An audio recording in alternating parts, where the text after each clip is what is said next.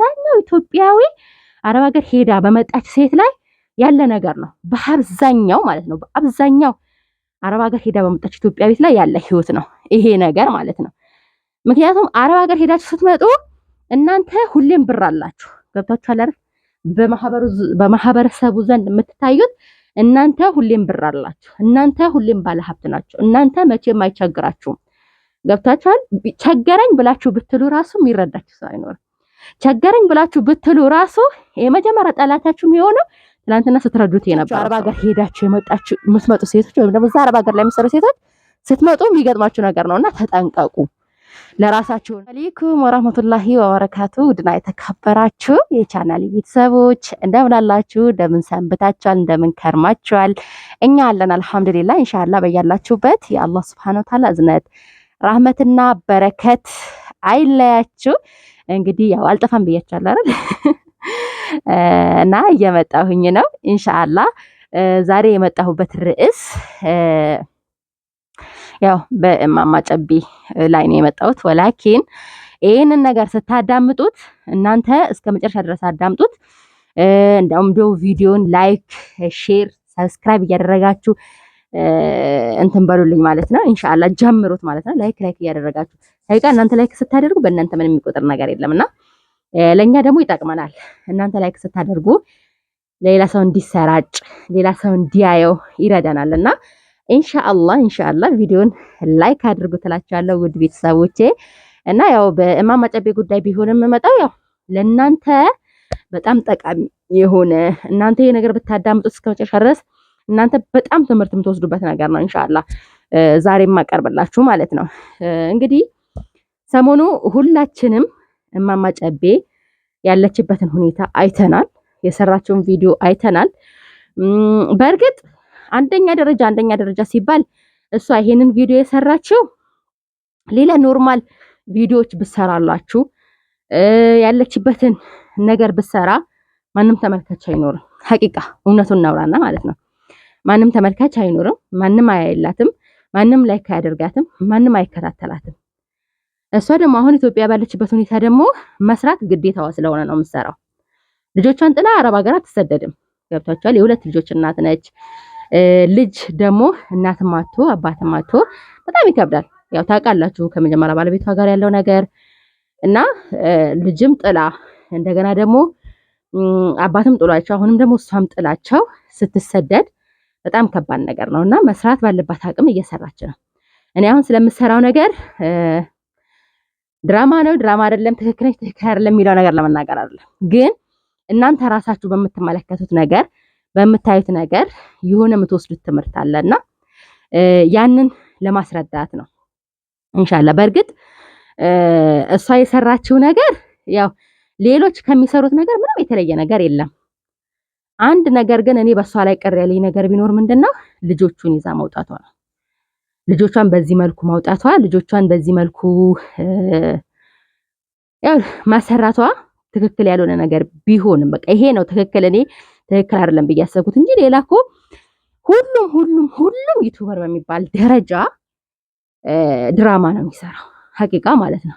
ምክንያቱም ተመልካችም የሚመለከተው እንደዚህ አይነት ነገር ስለሆነ እኔ አሁን ከሌ ባልላችሁ የከሌ ዩቲዩበር ከሌ ቲክቶከር ባልላችሁ በዩቲዩበር ደረጃ ሞቶ የተነሳ ሞቷል ተብሎ ለቅሶ ተይዞ መቃብሩን አሳይተውን አሁን ግን ተነስቶ ሌላ ሴት ያጨ ዩቲዩበር አለ አይደል?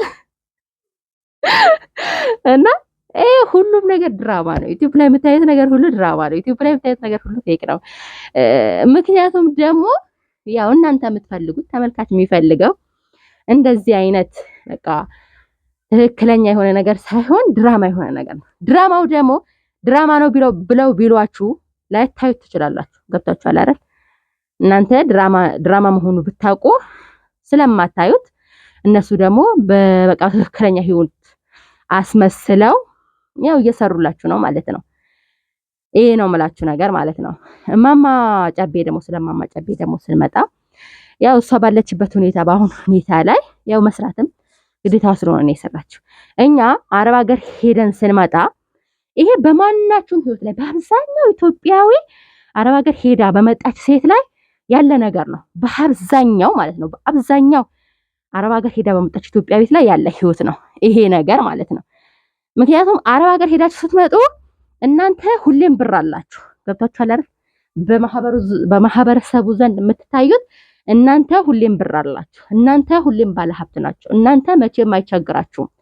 ገብታችኋል? ቸገረኝ ብላችሁ ብትሉ ራሱ የሚረዳችሁ ሰው አይኖርም። ቸገረኝ ብላችሁ ብትሉ ራሱ የመጀመሪያ ጠላታችሁ የሚሆነው ትናንትና ስትረዱት የነበረው ሰው ነው። ወላሂ ማንም ባዳ መጥቶ አይደለም ጠላታችሁ የሚሆነው።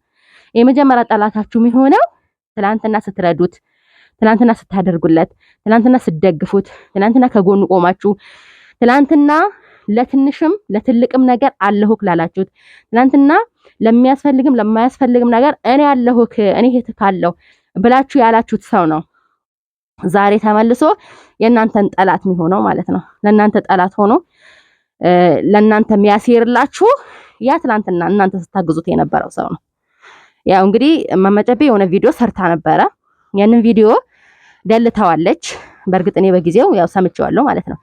ያንን ቪዲዮ የደለተችው ምናልባት በቤተሰብ ጫና ደርሶባት ሊሆን ይችላል፣ በጓደኞቿ ሊሆን ይችላል፣ ብቻ በተለያየ ሰው ሌላም ነገር ተፈጥሮ ሊሆን ይችላል። ያንን ቪዲዮ አጥፍታዋለች ማለት ነው። ግን በዛ ቪዲዮ ላይ በቃ ሁሉም ነገር ተናግራ ነበረ። ሀቂቃ ማለት ነው። ሁሉም ነገር ተናግራ ነበረ። ያለውን እውነታ ሁሉንም አውጥታው ነበረ።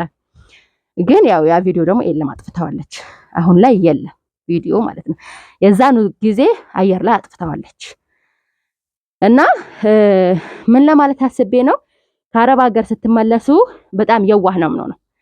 እኛ አረብ ሀገር ሄደ ሰው ሁሉም ማለት ይቻላል፣ አረብ ሀገር ሄዶ የመጣ ሰው ወይም ደግሞ አረብ ሀገር ያየ ሰው ሁሉ ማለት ይቻላል በጣም የዋህ ነው። በጣም አንድ ልብ ነው። በጣም ሰው አማኝ ነው። ሰው የሚከዳው አይመስለውም። ሰው ከሱ የሆነ ነገር ፈልጎ የተጠጋው አይመስለውም። በቃ እንዴት አድርጌ ላስረዳችሁ?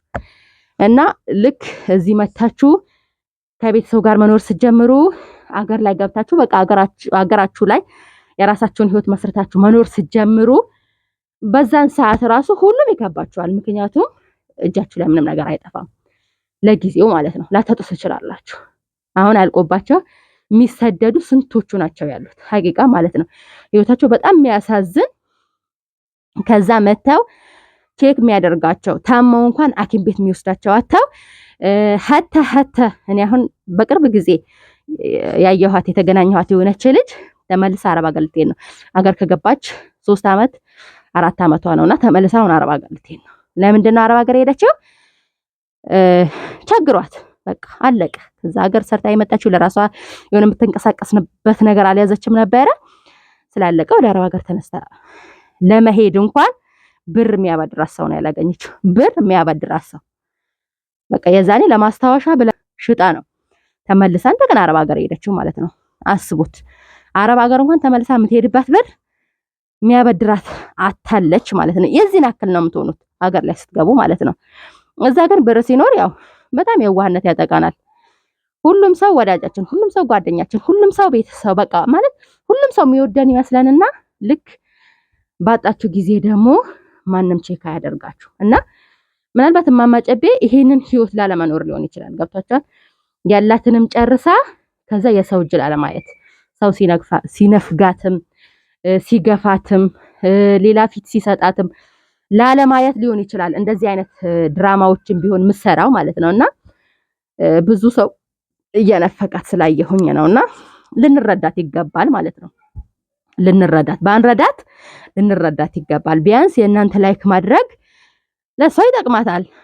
ትክክለኛ ሪያሊቲ ህይወቷ ብታሳያችሁ ያው አታዩትም። እውነቱን እናውራ ከተባለ ማለት ላይክም አይኖርም፣ እይታም አይኖርም፣ ማንም ቼክ የሚያደርጋት አይኖርም ማለት ነው።